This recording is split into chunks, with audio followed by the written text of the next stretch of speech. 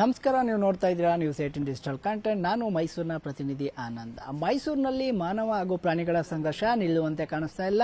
ಕಳೆದ 6 ತಿಂಗಳ ಹಿಂದಷ್ಟೇ ಹುಲಿಗಳ ದಾಳಿಯಿಂದಾಗಿ 3 ರೈತರು ಪ್ರಾಣವನ್ನು ಕಳ್ಕೊಂಡಿದ್ರು. ಅದರ ನಂತರದಲ್ಲಿ ಸಫಾರಿಯನ್ನ ಸರ್ಕಾರ ಬಂದ್ ಮಾಡಿ ಆದೇಶವನ್ನು ಹೊರಡಿಸಿತ್ತು. ನಂತರದಲ್ಲಿ ಹುಲಿ ದಾಳಿಗಳು, ಚಿರತೆ ದಾಳಿಗಳು ಕಮ್ಮಿಯಾಗಿತ್ತು. ಆದರೆ ಇದೀಗ ಮತ್ತೆ ಒಂದು ಕಡೆ ಸಫಾರಿ ಪುನರಾರಂಭಗೊಂಡಿರುವಂಥದ್ದು, ಮತ್ತೊಂದು ಕಡೆ ಕೊಂಚ ಹುಲಿ ಅಲ್ಲಲ್ಲಿ ಅಂದರೆ ಕಾಡಂಚಿನ ಗ್ರಾಮಗಳಲ್ಲಿ ಹುಲಿ ಕಾಣಿಸ್ಕೊಳ್ತಾ ಇರುವಂಥದ್ದು. ಇದು ಒಂದು ಕಡೆ ಆದರೆ, ಇನ್ನು ನಿನ್ನೆ ಬೆಳಗ್ಗೆ ಚಿರತೆ ಮೈಸೂರಿನ ಸಿದ್ಧಾರ್ಥ ಲೇಔಟ್ಗೆ ನುಗ್ಗಿದ್ದಂಥದ್ದು.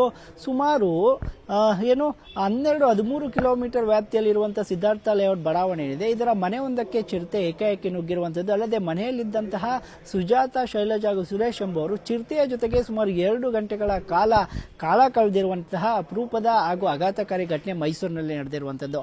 ನಿನ್ನೆ ಬೆಳಗ್ಗೆ ಚಿರತೆ ಸಿದ್ಧಾರ್ಥ ಲೇಔಟ್ನಲ್ಲಿ ಕಾಣಿಸಿಕೊಂಡಿದೆ. ನಂತರದಲ್ಲಿ ಅರಣ್ಯ ಇಲಾಖೆಯ ಸಿಬ್ಬಂದಿಗಳಿಗೆ ಸ್ಥಳೀಯರು ಮಾಹಿತಿಯನ್ನು ಕೊಟ್ಟಿದ್ದಾರೆ. ಆದರೆ ಅರಣ್ಯ ಇಲಾಖೆಯ ಸಿಬ್ಬಂದಿಗಳು ಬಂದು ಹುಡುಕಾಟ ನಡೆಸಿದ್ರು ಕೂಡ ಎಲ್ಲೂ ಕೂಡ ಚಿರತೆ ಪತ್ತೆಯಾಗಿಲ್ಲ.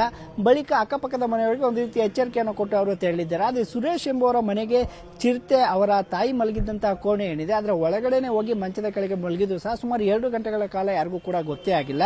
ಬಳಿಕ ನೋಡಿದಂದ್ರೆ ಸುರೇಶ್ ಅವರ ಪತ್ನಿ ಶೈಲಜಾ ಆ ಚಿರತೆಯನ್ನು ನೋಡಿ ಮಂಚದ ಮೇಲೆ ಮಲಗಿದ್ದಂತಹ ಬೆಡ್ ರಿಟನ್ ಅವರ ಅತ್ತೆ ಏನಿದ್ದಾರೆ ಅವ್ರನ್ನ ಎಳೆದುಕೊಂಡು ಬಂದು ಲಾಕ್ ಅನ್ನ ಮಾಡಿರುವಂತದ್ದು. ನಂತರ ಅರಣ್ಯ ಇಲಾಖೆಯವರಿಗೆ ಮಾಹಿತಿಯನ್ನು ಕೊಟ್ಟಿರುವಂತದ್ದು.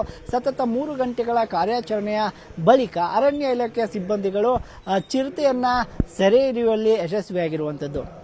ಯಾಕೆಂತ ಹೇಳಿದ್ರೆ ಸಾಮಾನ್ಯವಾಗಿ ಕಾಡು ಪ್ರಾಣಿಗಳು ಕಾಡಂಚಿನ ಗ್ರಾಮಗಳಲ್ಲಿ, ಬೆಟ್ಟ ಗುಡ್ಡಗಳಲ್ಲಿ ಕಾಣ ಸಿಗ್ತವೆ. ಆದರೆ ನೇರವಾಗಿ ಜನದಟ್ಟಣೆ ಇರುವಂತಹ ಒಂದು ನಗರ ಪ್ರದೇಶಕ್ಕೆ ಚಿರತೆ ಬಂದು ಮನೆಗೆ ಔತುಕೊಳ್ಳುತ್ತೆ ಅಂದ್ರೆ ಎಷ್ಟೋ ಮಟ್ಟಿಗೆ ಒಂದು ರೀತಿಯಲ್ಲಿ ಅರಣ್ಯ ಇಲಾಖೆ ಸಿಬ್ಬಂದಿಗಳು ಕೆಲಸವನ್ನ ಮಾಡ್ತಾ ಇದ್ದಾರೆ ಅನ್ನುವಂಥದ್ದು ಸಹ ಪ್ರಶ್ನೆ ಕಾಡೋದು ಸಹಜ. ಆದರೆ ಮೈಸೂರು ಅಂತ ಹೇಳಿದ್ರೆ ಈ ಚಾಮುಂಡೇಶ್ವರಿ ಇರುವಂತಹ ಊರು, ಅಂದ್ರೆ ಚಾಮುಂಡೇಶ್ವರಿ ಬೆಟ್ಟದಲ್ಲಿ ಸುತ್ತಲೂ ಕೂಡ ಚಿರತೆಗಳು ಇರುವಂತದ್ದು ಎಲ್ಲರಿಗೂ ಕೂಡ ಗೊತ್ತಿರುವಂತದ್ದು. ಬೆಳಗ್ಗೆ ಅದೇ ಕಡೆಯಿಂದ ಚಿರತೆ ಬಂದು ಸಿದ್ಧಾರ್ಥ ಲೇಔಟ್ಗೆ ಎಂಟ್ರಿ ಕೊಟ್ಟಿದೆ ಅಂತ ಕೂಡ ಅರಣ್ಯ ಇಲಾಖೆ ಅಧಿಕಾರಿಗಳು ಹೇಳಿರುವಂತದ್ದು. ಆದರೆ ಬಂದಂತಹ ಚಿರತೆ ಒಂದಷ್ಟು ಮಂದಿಗೆ ಕಾಣಿಸ್ಕೊಂಡಿದೆ, ನಂತರದಲ್ಲಿ ಕಾಣಿಸ್ಕೊಂಡಿಲ್ಲ. ಬಳಿಕ ಏಕಾಏಕಿ ಮನೆಯೊಳಗೆ ಅಡಗಿ ಕುಳಿತುಕೊಂಡಿದೆ. ನಂತರದಲ್ಲಿ ಯಾಕೆಂತ ಹೇಳಿದ್ರೆ ಚಿರತೆ ಯಾರಿಗೂ ಕೂಡ ತೊಂದರೆಯನ್ನು ಸಹ ಕೊಟ್ಟಿಲ್ಲ.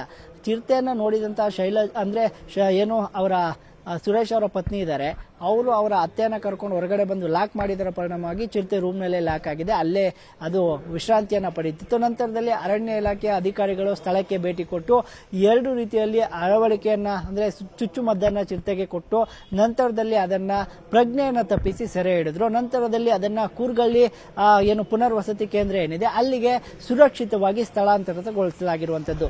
ಯಾಕಪ್ಪ ಇದೆಲ್ಲವನ್ನು ಕೂಡ ಹೇಳ್ತಾ ಇದೀವಿ ಅಂತ ಹೇಳಿದ್ರೆ, ಎಲ್ಲೋ ಒಂದು ಕಡೆ ಮೈಸೂರಿನ ಕಾಡಂಚಿನ ಗ್ರಾಮಗಳಲ್ಲಿ ಕಾಣಿಸ್ಕೊಳ್ತಾ ಇದ್ದಂತಹ ಹುಲಿ ಚಿರತೆಗಳೇನಿದೆ, ಕಾಡು ಪ್ರಾಣಿಗಳೇನಿದೆ, ಈಗ ಮೈಸೂರು ನಗರದೊಳಗೇನೆ ಚಿರತೆ ಎಂಟ್ರಿ ಕೊಟ್ಟಿರೋದ್ರಿಂದ ಒಂದು ರೀತಿಯಲ್ಲಿ ಜನರಲ್ಲೂ ಕೂಡ ಭಯದ ವಾತಾವರಣ ನಿರ್ಮಾಣ ಆಗಿದೆ. ಆ ಹಿನ್ನೆಲೆಯಲ್ಲಿ ಮೈಸೂರಿನ ಚಾಮುಂಡಿ ಬೆಟ್ಟ ಏನಿದೆ ಅದರ ಸುತ್ತಲೂ ಕೂಡ ಅರಣ್ಯ ಇಲಾಖೆಯವರು ಹೆಚ್ಚು ಗಸ್ತನ್ನ ಮಾಡಬೇಕು.